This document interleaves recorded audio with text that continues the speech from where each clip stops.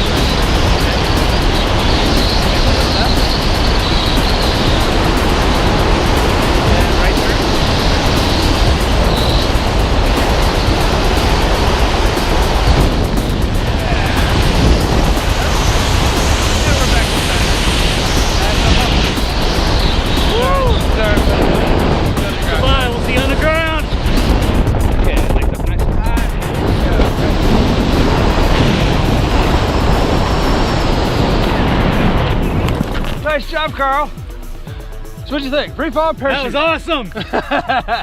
Now you see the light. I do see the light. So would you like Woo! best, free fall or parachute? All of it. Tough decision. Oh huh? my gosh. Well, That was you can't incredible. buy that. You can't buy that in the store. No, you can't. Spend your money on experiences. There you go. Where are you going to tell everybody did this at? At startskydiving.com. .com. All right. Congratulations. You're All winning right. us. Woo!